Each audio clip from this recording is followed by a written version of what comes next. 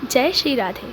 जैसा कि आप जानते हैं कि 16 सोमवार के व्रतों का आरंभ सावन के महीने में किया जाता है। तो चलिए आज हम आपको 16 सोमवार के व्रत की कथा सुनाते हैं। विदर्भ देश के अंतर्गत अमरावती नाम की अति विरमणीक नगरी अमरपुरी में वहाँ के महाराज ने शिवजी का एक सुस्वर्ण का सुंदर मंदिर बनवाया था। उस मंदिर में भगवान शंकर भगवती पार्वती के साथ सदा निवास करते थे। उस मंदिर का पुजारी बड़ा नीच प्रकृति का था। मंदिर में जो शिव भक्त भगवान शंकर और भगवती पार्वती के दर्शनों के निमित्त आते थे, उन्हें वह नशीली वस्तुएं खिला और पिला कर लूट लेता था। इस प्रकार वह दिन रात पाप में डूबा रहता था। एक दिन शिव और पार्वती घूमते हुए उस मंदिर के निकट आए। पार्वती ने जब पुजारी की धूर्तता देखी तो उन्होंने उसे कोढ़ी हो जाने का शाप दे दिया। शाप के प्रभाव से पुजारी तत्काल कोढ़ी हो गया। अपनी यह दशा देखकर वह बहुत दुखी हुआ। इस रोग के कारण वह पुजारी अनेक प्रकार से दुखी रहने लगा। इस प्रकार के कष्ट भोगते हुए उसे बहुत दिन हो गए। देवयोग से देवलोक की कुछ अप्सराएं शिवजी के पूजा करने के लिए उसी मंदिर में पधारी और पुजारी के कष्ट को देखकर बड़े दया भाव से उससे रोगी होने का कारण पूछने लगी। पुजारी ने निसंकोच सब बातें उन्हें कह दी। वे अप्सराएं बोली, हे पुजारी, अब तुम अधिक दुखी मत होना। भगवान शिवजी तुम्हारे कष्टों को दूर कर देंगे। तुम सब बातों में श्रेष्ठ 16 सोमवार का व्रत भक्ति भाव से करो। तब पुजारी अप्सराओं से हाथ जोड़कर विनम्र भाव से सावन व्रत के विधि पूछने लगा। अप्सराएं बोली, जिस दिन सोमवार हो उस दिन भक्ति के साथ व्रत करें। स्वच्छ वस्त्र पहने, आधा सेर गेहूं का आटा लें, उसके 3 अंग बनाएं और घी, गुड़, दीप, नैवेद्य, पुंगी फल, बेलपत्र, जनेऊ का जोड़ा, चंदन, अक्षत, पुष्प आदि के द्वारा प्रदोष काल में भगवान शंकर का विधि से पूजन करें। तत्पश्चात तीनों अंगों में से एक शिवजी को अर्पण करें और शेष 2 कि शिवजी का प्रसाद जानकर समस्त उपस्थित जनों में बांट दें और स्वयं ही प्रसाद ग्रहण करें। इस विधि से 16 सोमवार व्रत करें। तत्पश्चात 17वें सोमवार के दिन पाव से पवित्र गेहूं के आटे की बाटी बनाएं। तदनुसार घी और गुड़ मिलाकर चूरमा बनाएं और शिवजी को भोग लगाकर उपस्थित भक्तों में बांटें। पीछे आप सब कुटुंब प्रसाद लें तो भगवान शिवजी की कृपा से सभी मनोरथ पूर्ण हो जाते हैं। ऐसा कहकर अप्सराएं स्वर्ग को चली गईं। ब्राह्मण ने यथाविधि 16 सोमवार का व्रत किया तथा भगवान शिवजी की कृपा से रोग मुक्त होकर आनंद से रहने लगा। कुछ दिन बाद जब फिर शिवजी और पार्वती उस मंदिर में पधारे तब ब्राह्मण को निरोग देखकर पार्वती ने ब्राह्मण के रोग मुक्त होने का कारण पूछा तो ब्राह्मण ने 16 सोमवार व्रत कथा कह सुनाई। तब तो पार्वती जी अति प्रसन्न होकर ब्राह्मण से व्रत की विधि पूछकर व्रत करने को तैयार हुई। व्रत करने के बाद उनकी मनोकामना पूर्ण हुई तथा उनके रूठे पुत्र स्वामी कार्तिकेय स्वयं माता के आज्ञाकारी हुए। किंतु कार्तिकेय जी को अपने विचार परिवर्तन कर रहस्य जानने की इच्छा हुई और माता से बोले, माता जी, आपने ऐसा कौन सा उपाय किया जिससे मेरा मन आपकी ओर आकर्षित हुआ? तब पार्वती जी ने वही सोमवार व्रत कथा उनको सुनाई। तब कार्तिकेय जी बोले कि इस व्रत को तो मैं भी करूँगा, क्योंकि मेरा प्रिय मित्र ब्राह्मण दुखी हृदय से परदेश गया है।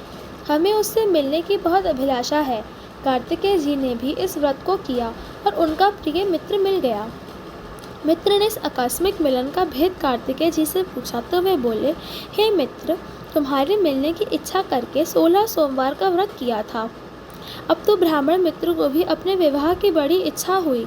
उन्होंने कार्तिकेय जी से व्रत की विधि पूछी और यथाविधि व्रत किया। व्रत के प्रभाव से जब वह किसी कार्यवश विदेश गया तो वहाँ के राजा की लड़की का स्वयंवर था। राजा ने प्रण किया था कि जिस राजकुमार के गले में सब प्रकार श्रृंगारित हथनी माला डालेगी, मैं उसी के साथ अपनी प्रिय पुत्री का विवाह कर दूंगा। शिव जी की कृपा से ब्राह्मण भी स्वयंवर देखने की इच्छा से राजसभा में एक ओर बैठ गया। नियत समय पर हथिनी आई और उसने जयमाला उस ब्राह्मण के गले में डाल दी। राजा ने अपनी प्रतिज्ञा के अनुसार बड़ी धूमधाम से कन्या का विवाह उस ब्राह्मण के साथ कर दिया और ब्राह्मण को बहुत सा धन और सम्मान देकर संतुष्ट किया।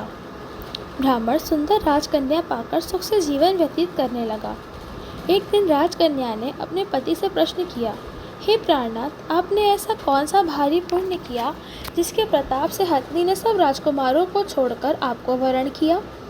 ब्राह्मण बोला, हे प्राणप्रिय, मैंने अपने मित्र कार्तिकेय जी की कथा अनुसार 16 सोमवार का व्रत किया था, जिसके प्रभाव से मुझे तुम जैसी स्वरूपवान भार्या की प्राप्ति हुई। व्रत की महिमा को सुनकर राजकन्या को बड़ा आश्चर्य हुआ और वह भी पुत्र की कामना करके व्रत करने लगी। शिव जी की दया से उसके गर्भ से एक अति सुंदर, सुशील, धर्मात्मा और विद्वान पुत्र उत्पन्न हुआ।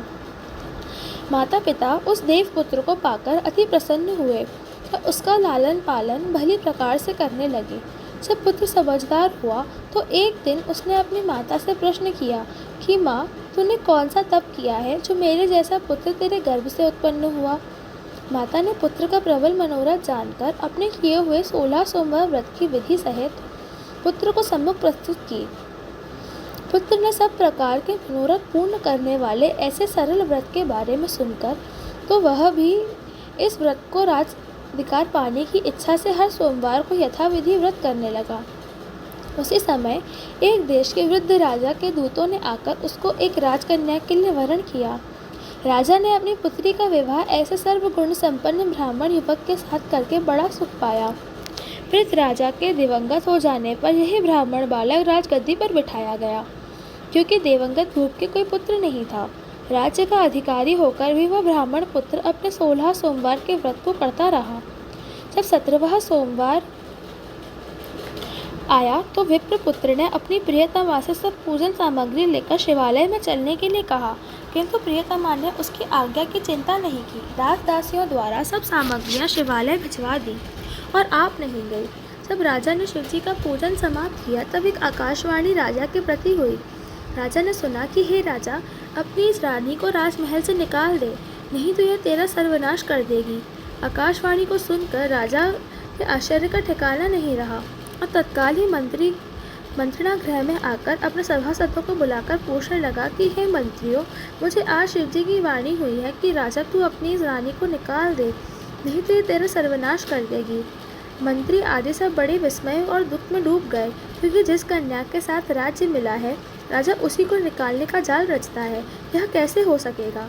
अंत में राजा ने उसे अपने यहाँ से निकाल दिया। रानी दुखी हृदय भागी को कोसती हुई नगर के बाहर चली गई। बिना परिधान, फटे वस्त्र पहने, भूख से दुखी धीरे धीरे चलकर वह एक नगर में पहुंची। वहाँ एक बुढ़िया सूत काट कर बेचने को जाती थी। रानी की करुण दशा देख बोली, चल तू मेरा सूत पिकवा दे, मैं वृद्ध हूँ, भाव नहीं जानती हूँ। बुढ़िया की ऐसी बात सुन रानी ने बुढ़िया के सर से सूत की गठरी उतारकर अपने सिर पर रख ली। थोड़ी देर बाद आंधी आई और बुढ़िया का सूत पोटली के सहित उड़ गया। बेचारी बुढ़िया पछताती रह गई और रानी को अपने साथ से दूर रहने को कह दिया। अब रानी एक तेली के घर गई तो तेली के सब मटके शिवजी के प्रकोप के कारण चटक गए। ऐसी दशा देख तेली ने रानी को अपने घर से निकाल दिया। इसी प्रकार रानी अत्यंत दुख पाती हुई सरिता के तट पर गई तो सरिता का समस्त जल सूख गया। तत्पश्चात रानी एक वन में गई। वहां जाकर सरोवर की सीढ़ी से उतर पानी पीने को गई। उसके हाथ से जल स्पर्श होते ही सरोवर का नील कमल के सदृश जल असंख्य कीड़ों में युक्त एवं गंदा हो गया। रानी भाग्य पर दोषारोपण करती हुई उस जल का पान करके एक वृक्ष की शीतल छाया में विश्राम करने लगी। वह रानी जिस वृक्ष के नीचे बैठी थी उस वृक्ष के पत्ते तत्काल ही गिरने लगे। वन तथा सरोवर के जल की ऐसी दशा देखकर गौ चराते ग्वालों ने अपने गोसाई जी से, जो उस वन में स्थित मंदिर में पुजारी थे, सारी बात कही। गोसाई जी के आदेश अनुसार ग्वाले रानी को पकड़कर गोसाई के पास ले आए। रानी की मुख कांति और शरीर शोभा देख गोसाई जी जान गए कि यह अवश्य विधि की गति की मारी कोई कुलीन अबला है। ऐसा सोच पुजारी जी ने रानी के प्रति कहा कि पुत्री, मैं तुमको पुत्री के समान रखूंगा, तुम मेरे आश्रम में ही रहो, मैं तुमको किसी प्रकार का कष्ट नहीं होने दूंगा। गोसाई के ऐसे वचन सुन रानी को धीरज हुआ और आश्रम में रहने लगी।